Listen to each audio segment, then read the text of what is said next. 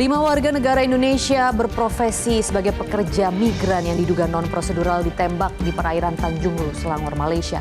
Bagaimana insiden ini bisa terjadi di tengah proses kunjungan kerjasama Presiden Indonesia dengan Perdana Menteri Malaysia? Berikut kita simak ulasannya dalam infografis pekerja migran Indonesia ditembak di Malaysia. Kita pertama-tama akan membahas mengenai kronologinya pemirsa. Jadi tepatnya pada Jumat 24 Januari 2025 dini hari, tepatnya pada saat itu adalah pukul 3 waktu setempat. Jadi ada petugas patroli Agensi Penguat Kuasa Maritim Malaysia atau yang biasa disingkat APMM yang tengah bertugas. Ini mendapati kapal berisi 5 PMI yang memang diduga ilegal melintas di perairan Tanjung Lu. Nah, setelah dikejar dan sempat bertabrakan katanya sebanyak 4 kali, akhirnya APMM pun melepaskan tembakannya ke arah kapal PMI karena menurut mereka ada upaya perlawanan dari kapal WNI kita.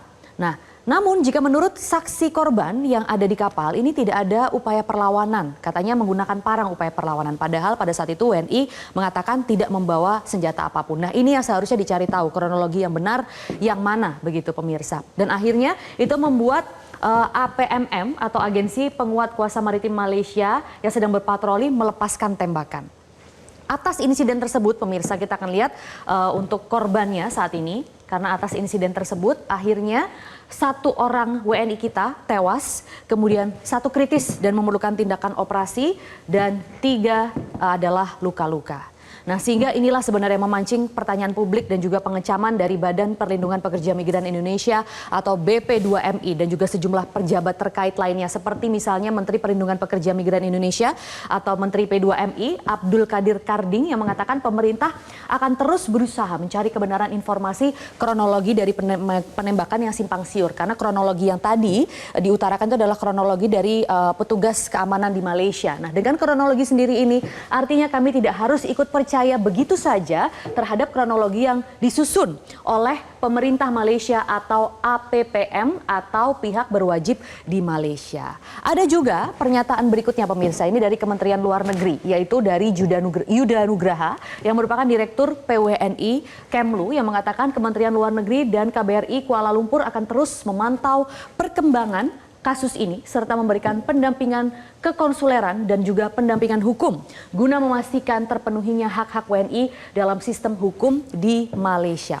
Lalu apa kalau begitu langkah dari pemerintah Indonesia? Nah, pemerintah Indonesia ini terus berusaha mencari kebenaran informasi mengenai insiden penembakan terhadap 5 warga negara Indonesia ini. Selain itu, pemerintah Indonesia juga bergerak cepat untuk yang pertama adalah pemulangan jenazah.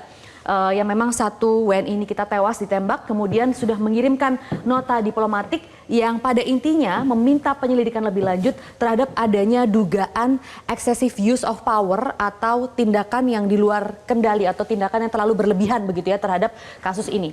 Kemudian juga pemerintah Indonesia juga sudah siap bantuan hukum kepada para WNI jika diperlukan.